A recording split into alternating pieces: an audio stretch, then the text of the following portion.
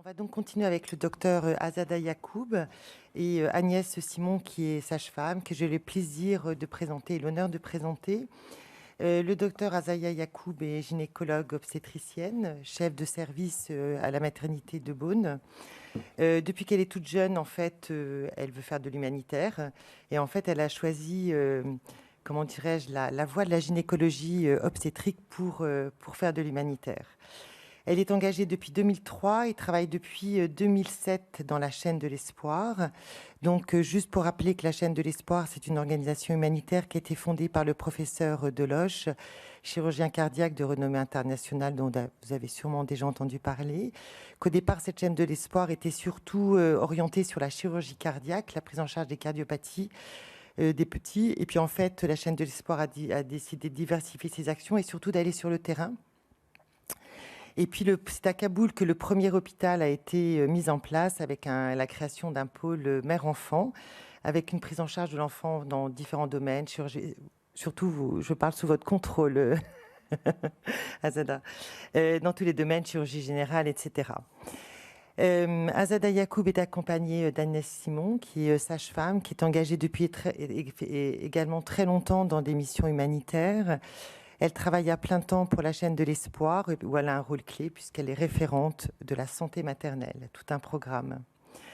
Voilà, donc c'est Azada en fait qui va nous présenter le diaporama, qui est vous allez voir, il y a des très belles photos, il y a beaucoup de sourires aussi, j'ai trouvé sur ce diaporama.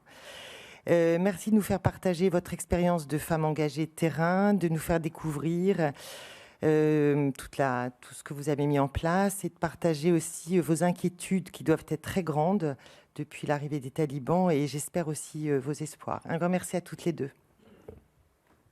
Alors merci Isabelle pour ta présentation et merci à Action Santé Femmes de nous donner la parole et de pouvoir présenter nos actions au sein de la chaîne de l'Espoir. Mais je me suis permis aussi de présenter mes autres actions, enfin mes autres missions que j'avais fait en Afghanistan, car le professeur Henri-Jean-Philippe m'a demandé de raconter mes histoires, mes expériences. Donc je ne parle pas que de la chaîne du coup. Alors je vais, alors déjà je vais regarder si j'arrive à... Parce qu'aller en Afghanistan c'est facile, mais faire avancer un PowerPoint, pas toujours. Alors du coup, j'ai quand même vous donner 2-3 stats parce qu'on m'a quand même demandé de faire un topo sur la santé maternelle. Mais je vois que tous mes prédécesseurs en ont parlé assez largement. Donc je ne vais pas m'étendre et je vais essayer de vous les illustrer avec des histoires personnelles. Alors tout d'abord, c'est les dernières données UNFPA qui datent de 2017. Je rebondis sur ce que disait Mathilde Berthelot, c'est que les stats en Afghan, c'est joli, mais c'est quand même pas très précis. Donc c'est vraiment un ordre d'idées. Et puis, je pense que ce qui est assez utile dans les stats UNFPA, autant les chiffres bruts ne sont pas forcément bien précis, mais on peut avoir une idée sur l'évolution des chiffres. Et donc on voit bien que malheureusement, l'Afghanistan fait pas partie du hit parade des pays pour la santé, pour la mortalité maternelle. Et là-dessus, je voudrais juste vous raconter une petite anecdote personnelle. Ma grand-mère, donc je suis d'origine afghane, mes parents ont immigré à la guerre afghano-russe. Et donc avec globalement toute la famille. Et un jour, ma grand-mère me dit, elle avait fait une vilaine grippe et elle se pensait à 2 doigts de mourir. Et elle me dit, ah Zada, je vais te montrer mon kafan, c'est-à-dire c'est dans quoi j'aimerais être enveloppée après ma mort. J'étais hallucinée, j'avais 10-12 ans. Je lui dis, ah bon, machin. Elle me dit, bah oui, tu sais, nous, les femmes afghanes, après, quand on va pour accoucher, on prépare notre kafan. On prépare notre enveloppe parce qu'on ne sait jamais. Donc c'était quelque chose pour elle d'une banalité. Donc effectivement, toutes les femmes en Afghanistan savent qu'il y a un risque de mourir à l'accouchement. C'est quelque chose de... donc 2-3 un petit schéma quand même pour voir la pyramide des âges. Donc on voit que c'est une population jeune. La population afghane, malgré la guerre, a augmenté ces dernières années. Juste un petit mot d'évolution sur l'espérance de vie. Donc, mes collègues en ont déjà parlé tout à l'heure. Il faut savoir qu'en 2001, les mêmes chiffres de l'UNFPA, l'espérance de vie était de 57 ans. Donc, en l'espace de 20 ans, l'espérance de vie a quand même gagné 10 ans. Et le taux de fécondité, il est estimé en 2017. Alors, pour 2021, c'est des estimations hein, de l'UNFPA. Mais les derniers chiffres, c'est 2017, sont un petit peu à moins de 4 à 4 de taux de fertilité. En 2001, c'était plus de 7, le taux de fécondité. Donc, en l'espace de 20 ans, le taux de fécondité a quand même pratiquement diminué de moitié. Hein. Donc là, ça reprend un petit peu les chiffres de tout à l'heure. Ah oui, et puis il y a aussi la problématique autour des accouchements, bien sûr, c'est quel est le pourcentage d'accouchements médicalisés. Encore, bien sûr, là, c'est des chiffres un petit peu a priori, mais on voit que la majeure partie, enfin, une grosse partie des accouchements en Afghanistan ne sont pas médicalisés et donc se font à domicile. Pareil, donc là, on a deux chiffres. Là, c'est quand même pour vous remettre à l'échelle mondiale le taux de mortalité maternelle. Et donc, celui-là, la première dia, c'est 2001. Donc, on voit que l'Afghanistan était parmi les pays les plus élevés en termes de taux de mortalité maternelle. Et on voit qu'en 2021, ça avait quand même diminué. Donc, on peut quand même dire que ces 20 dernières années, même si ce n'était pas topissime et même si c'était inégalitaire et pas justement réparti, il y avait quand même eu une amélioration des indicateurs de santé. L'autre chose, j'y reviens parce que par contre ce chiffre n'a pas été cité en termes d'éducation. On a noté aussi ces 20 dernières années une amélioration du taux d'alphabétisation par exemple. Alors pareil, c'est des chiffres grossiers, mais on pense que dans les années 80, le taux d'alphabétisation ou d'analphabétisation de gens illettrés était plus autour de 90% au niveau national, et on pense que ces dernières années, c'était plutôt autour de 50%. Donc il y a quand même eu ces 20 dernières années des choses, des éléments positifs, que ce soit en termes d'accès à la santé ou d'éducation. Donc un mot aussi sur la contraception. Donc bien sûr que le taux de couverture de la contraception et d'accès à la contraception n'est pas optimal, mais on voit qu'il y avait quand même 26% dans la tranche d'âge 15-50 ans de femmes qui avaient accès à la contraception. On voit aussi qu'il y a une partie des femmes qui n'ont pas de demande de contraception particulière. Il faut savoir aussi que le fait d'avoir des enfants, il y a tout un rôle social, enfin, le modèle familial, c'est aussi des prérogatives sociales, etc. Donc, toutes les femmes ne sont pas forcément en demande de contraception. Un petit mot quand même pour la géographie. Alors là, c'est par rapport à c'est la seule dia que j'ai trouvée au niveau géographique, elle concerne la contraception. Là, on voit la couverture contraceptive en fonction des régions. Et on voit fortement les inégalités. Et oui, il y a un contraste ville-campagne, et ça, c'est indéniable. Mais il y a aussi un contraste en fonction des régions et des provinces. Et notamment, il y a des régions qui ont des contraintes géographiques importantes en Afghanistan, c'est les régions montagneuses. Il y a des problèmes d'infrastructures d'une manière générale qui ne sont pas du tout équitablement desservis à l'échelle du pays. Et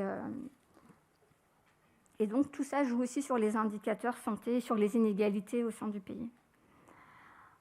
Enfin, alors, donc il y avait donc on voit aussi qu'en Afghanistan, on n'a pas de donc la majorité des accouchements sont en zone rurale et où on n'a pas des stats très fiables. Et on n'a pas d'indication précise sur les accouchements médicalisés ou pas. Et puis, un petit mot quand même sur les violences. Alors, ce n'est pas forcément le topo d'aujourd'hui, mais pour vous dire que les chiffres sont quand même élevés. Donc ça serait ce qu'il faudrait. Donc, on en est loin. Donc, voilà. Alors, pour se résumer sur les indicateurs, donc l'Afghanistan, que ce soit maintenant, mais alors il y a une amélioration maintenant, mais ça a toujours eu des indicateurs parmi les plus mauvais à l'échelle mondiale. Il y a clairement eu une amélioration ces 20 dernières années, mais on vient de très loin et il y a énormément de disparités géographiques, notamment ville-campagne, mais aussi selon les zones géographiques en Afghanistan. Et bien sûr, il y a une disparité homme-femme et qui va probablement s'accentuer avec l'arrivée des talibans. Alors, juste revenir sur mes expériences. Donc moi, mes premières expériences, c'était d'aller déjà, je suis allée plusieurs fois avec ma famille, et c'était d'aller dans les hôpitaux publics. Alors en fait, là, on voit la photo de la cousine de mon papa, qui était chef de service d'un service de pédiatrie à Kaboul. Et donc, plusieurs fois, je suis allée visiter son service, etc. Et elle faisait aussi avocate pour les femmes dans les histoires de juridiction, de violence, de difficultés des femmes au tribunal. Et donc, dans ce service, alors malheureusement, je n'ai pas retrouvé les photos, mais j'ai vu de la polio, des éléphantiasis, des situations de dénutrition, enfin, des trucs de dingue. Et quand j'y suis allée, j'avais l'impression, c'est des trucs en France, c'est tout juste si on nous en parle encore maintenant, hein, mais c'est quand même très impressionnant les pathologies qu'il y avait, que je voyais à chaque fois que j'y allais. Et donc, avec papa, on avait créé une petite assoce et puis on lui avait fait une collecte de médicaments et c'est ce qu'on voit là. Et donc, en 2006, j'ai voulu quand même faire un stage dans une maternité et je suis allée à Rabi Balkhi. Et Rabi Balkhi, c'est une des plus grosses maths de Kaboul public, qui avait un financement qui venait de UNSAID, je crois, qui avait quand même une aide internationale par les Américains. D'ailleurs, il y avait 3 appareils d'écho qui étaient dans une salle où ils ne savaient ni les faire fonctionner, ni ils n'avaient probablement pas la logistique pour assurer l'entretien des appareils à écho. Et ce qui m'a le plus interpellée quand je suis arrivée dans cette maths, c'est que quand on arrivait, étaient affichées les statistiques de la maths. Alors, la politique de transparence est très belle, hein, mais on voyait notamment le taux de mortalité de la maths. Et donc, ils étaient contents, par exemple, d'afficher que ce mois-ci, il y avait eu un seul ou 2 décès maternels dans la maths. Pour moi, c'était juste hallucinant. Et donc au fil de la semaine, je vois comment tourne la maths. Alors, les débits d'accouchement, je ne vous raconte même pas. Entre les débits, tout était cloisonné en salle de pré-travail, de travail, etc. Et la salle de travail, c'était vraiment juste pour accoucher. Alors, je pense qu'il y a encore des maths qui fonctionnent probablement comme ça. Et donc, il y avait 8 tables d'accouchement, 4 d'un côté, 4 de l'autre, hein, où les gens se voyaient, il n'y avait pas de cloison, rien du tout. Et les femmes accouchaient comme ça les unes après les autres, hein, ou même probablement plusieurs en même temps. Et alors moi, j'étais en premier semestre d'internat quand je suis arrivée là. Et pour mettre le champ sous les fesses, c'était un sac poubelle, ce qui était quelque chose de pas stérile, mais propre.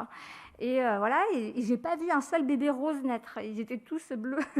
Et ce qui m'a le plus, à l'époque, beaucoup secoué, c'est qu'une fois, il y avait un enfant, un nouveau-né qui naissait, et puis rapidement arrive autre chose. Elle dit, ah, c'est le placenta qui arrive tout de suite. Et non, en fait, c'était un deuxième bébé. Et donc, c'était de ce niveau-là. Et l'autre expérimentation que j'avais faite en salle d'accouchement à cette époque-là, c'était faire du 1 point à fil. J'avais qu'un seul fil, donc j'ai fait 1 point à fil. Et donc j'avais fait du 1 point à fil à Kaboul avant de l'apprendre en France. Bon, c'est des techniques de suture, de déchirure, d'épisiotomie. Et donc voilà, donc je suis sortie de là un petit peu secouée entre ce que je voyais d'un point de vue médical, mais aussi l'attitude des professionnels et des patients. Tout le monde s'est crié dessus, quoi. Les professionnels criaient sur les patients.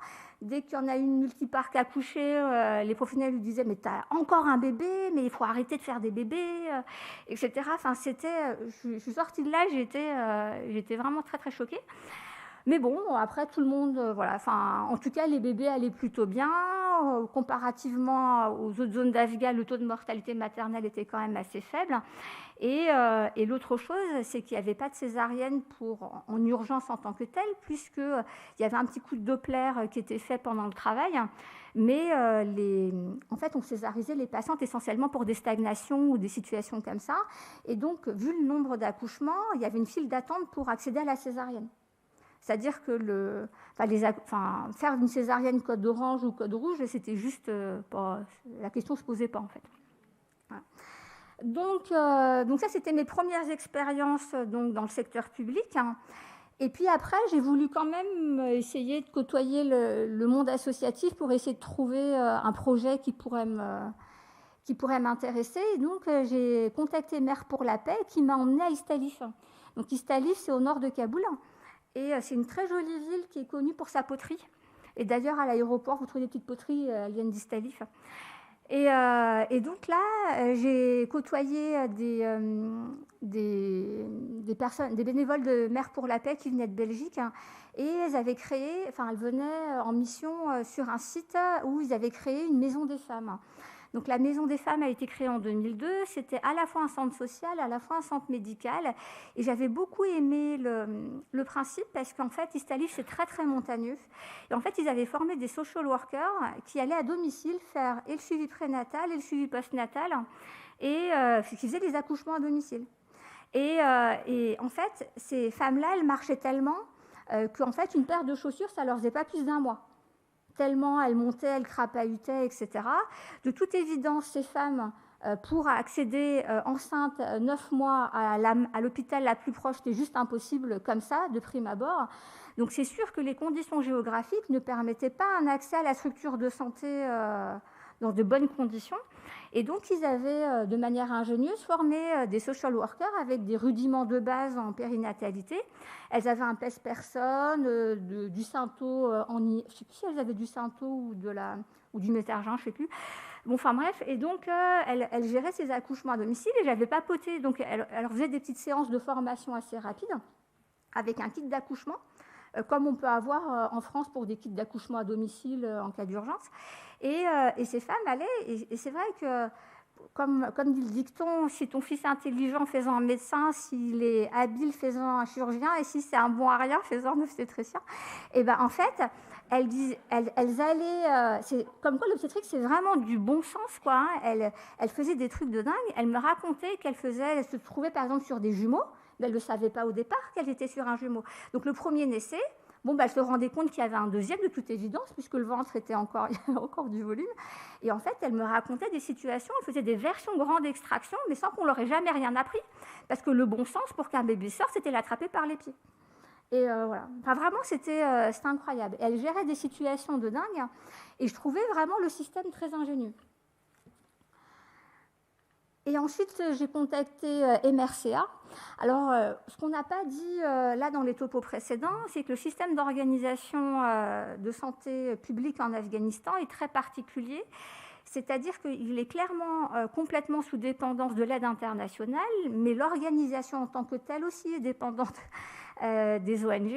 Et en fait, le ministère de la Santé afghan, d'emblée, a dit « moi, je ne peux pas gérer le territoire entier » et donc a délégué la gestion des structures de santé publiques à des ONG. Donc il y a des ONG qui ont joué le jeu, il y a d'autres ONG qui n'ont pas joué le jeu. Et donc, parmi les ONG qui ont joué le jeu, il y a MRCA qui a décidé de gérer 2 provinces. Et donc, ils géraient, en tant que représentants de l'État afghan, la province, avec des moyens qui sont essentiellement des moyens de la Banque mondiale, mais aussi avec probablement des moyens propres. Et donc, ils géraient les structures de santé afghanes, avec des objectifs qui sont les objectifs classiques, que ce soit la santé maternelle, etc., mais aussi la contraception, tout ça, avec des indicateurs qu'ils évaluaient. Et donc, ils m'avaient demandé d'aller voir une structure de santé, voir ce que j'en pensais à l'époque. Bon, enfin bref, et donc j'étais allée évaluer cette structure à Paul et Alam. C'était d'ailleurs très sympa. Et j'ai trouvé que c'était très, très bien géré, avec autant... alors, c'était des maternités avec beaucoup moins de volume, etc., mais avec des professionnels qui me paraissaient bien formés, qui me paraissaient respecter plus la dignité des patientes, voilà, et puis avec des structures, avec des sessions aussi d'enseignement pédagogique, et puis un accès à la contraception. Ce qui m'avait beaucoup étonnée, c'est qu'on s'était aussi baladé dans la ville, et on voyait qu'il y avait quand même un accès à la contraception en province, et notamment par exemple de structures, de moyens de contraception tels le stérilet, qui étaient accessibles aux femmes.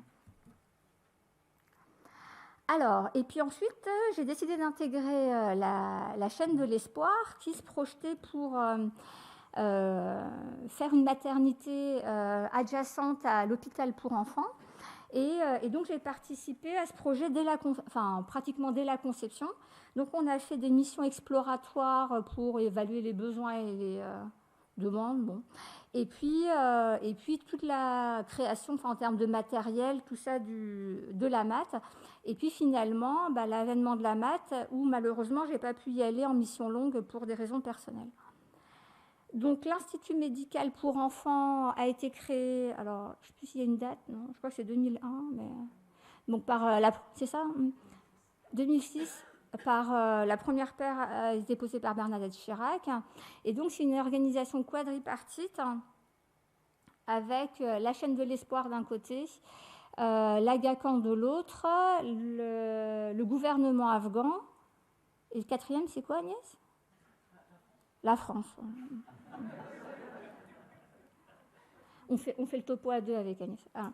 Donc, c'est vraiment un cadre de... J'ai de la pub pour recruter des bénévoles. En tout cas, c'est vraiment un cadre de travail exceptionnel. Je pense que c'est l'un des plus beaux coins de Kaboul. Et puis, la guest house, elle est particulièrement sympa, qu'on voit à droite. Et donc, on a la vue sur les montagnes à côté. C'est super chouette. 2 jours. Alors, on peut monter sur les hauteurs de l'hôpital, c'est magnifique. Et de nuit. Mais quand on regarde un petit peu plus près, là, en fait, sur le côté, on voit à gauche la nouvelle fac de médecine. Mais à droite, c'est un des anciens hôpitaux. Et quand vous regardez de plus près, vous voyez que... voilà, on voit quand même les traces, même 20 ans après, de la guerre qui a été... Et donc, cet hôpital a permis la première opération à cœur ouvert en Afghanistan. Donc, c'est le cœur d'activité de la chaîne de l'espoir. C'est hyper impressionnant quand vous allez dans le bloc. Moi, ça me fascine. J'ai du plaisir à y aller, rien que regarder les chairs cardiaques opérées, quoi. Ils ne se parlent pas, ils connaissent tous les gestes, c'est impressionnant. Et le but principal, c'est la transmission des compétences et l'enseignement. Et donc, il y a une caméra au-dessus et vous avez un écran au mur qui retransmet toute l'intervention pour que les jeunes, les futurs chirurgiens apprennent à opérer. Hop, donc ça, c'est la salle de réveil, je pense. Donc là, c'est le bloc à la base pour enfants, mais qu'on a exploité avec une salle de célio qui est aux normes européennes. Donc vous voyez qu'il y a même un grand écran au mur, pareil, à vocation d'enseignement. Voilà, on est pour faire de la célio, on est très très bien. Et donc un des objectifs de notre mission, c'était d'enseigner à faire de la célio. Donc là, on voit les tables comme dans un bloc en France. Et puis, je crois que je leur apprends là à faire une open célioscopie. Voilà. Donc effectivement, il y a beaucoup de monde autour parce que le but, c'est d'essayer tout le monde toucher un maximum. Et donc là, c'est quand pendant l'émission, on exploitait le bloc enfant. Mais donc ça, c'est la construction de la maternité. Et donc, le FMIC, c'est aussi le service de néonat en Afghanistan. Et donc, a permis la prise en charge de 1800 nouveau-nés déjà. Et les chiffres, je vous laisse les lire. Donc là, c'est le service. Donc, on est totalement dans un service dans des standards européens. D'ailleurs, l'hôpital est validé ISO quelque chose. Donc là, c'est les salles d'accouchement. Vous voyez Agnès à gauche. Et je tenais beaucoup souvent les jambes des femmes pendant l'accouchement et je les encourageais en Dari, ce qui les faisait rigoler, ce qui servait d'antalgique en fait, en quelque sorte. Donc là, on voit 2 médecins, enfin une medical officer, une médecin, la médecin de garde, je suppose, 2 sages-femmes et Agnès à gauche. Là, on avait fait l'idée, c'était un des objectifs des missions, c'était de leur apprendre à poser des péridurales. On a beaucoup travaillé sur la prise en charge de la douleur, hors effectivement l'analgésie péridurale, parce que c'était possible au début simplement quand il y avait des missions, mais sur la notion de prise en charge de la douleur, et j'ai un souvenir, Ça marche ? Et il y avait une sage-femme qui se promenait avec sa belle-sœur qui était en travail dans les couloirs que vous avez vus là. Et je dis, mais Nadjiba, elle a elle a mal, ta belle-sœur, faudra peut-être penser à faire quelque chose, etc.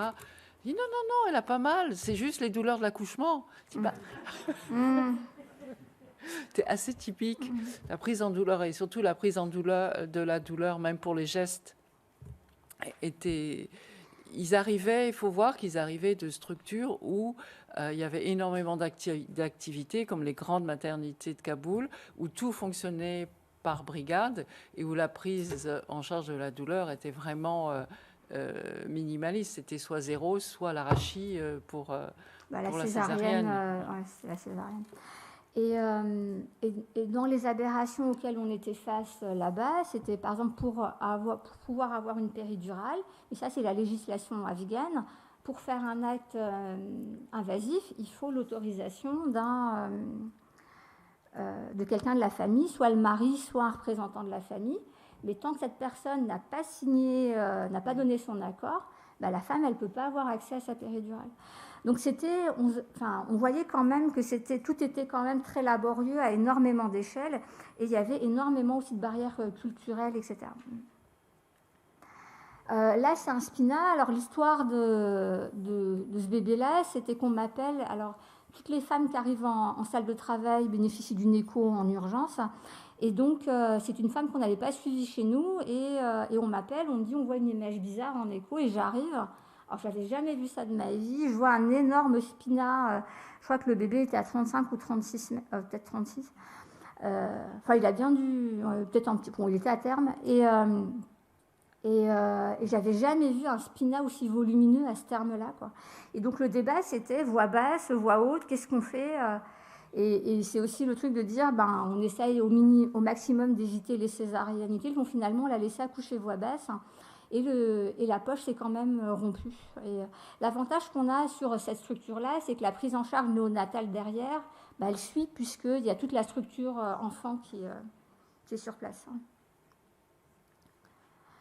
Et donc ça, c'était le bloc mat, donc le nouveau bloc construit. En pratique, les cellions, on les faisait quand même plutôt dans l'autre bloc où le matériel était un petit peu plus adapté.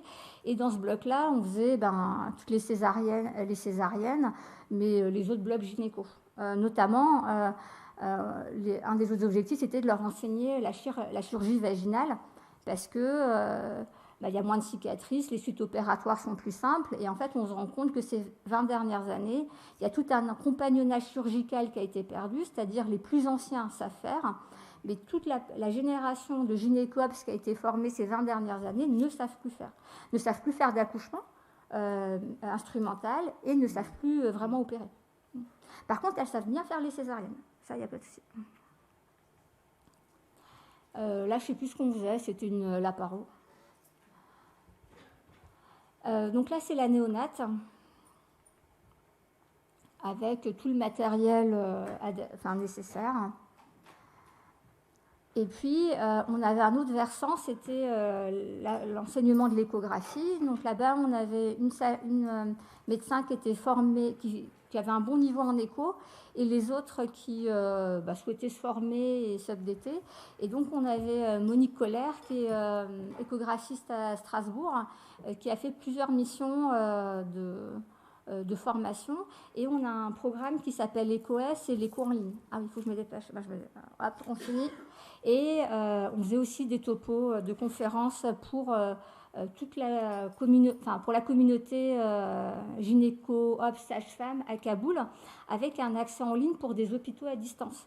Je crois qu'au max, on a eu 5 hôpitaux qui s'étaient connectés en ligne à distance pour les topos. Voilà. Et bon, ça c'était... Et donc, c'est des missions qui sont globalement très, très sympas, et où les gynécos sont très, très en demande de compagnonnage, etc. Donc, c'est toujours un plaisir. Il me semble que c'est... Ah oui, alors juste la dernière chose, le pavillon rapidement. Donc, l'hôpital, c'est un hôpital privé avec un système Robin des Bois. Et il y a toute une partie qui est complètement gratuite, c'est le pavillon, pour les femmes et aussi maintenant pour les enfants.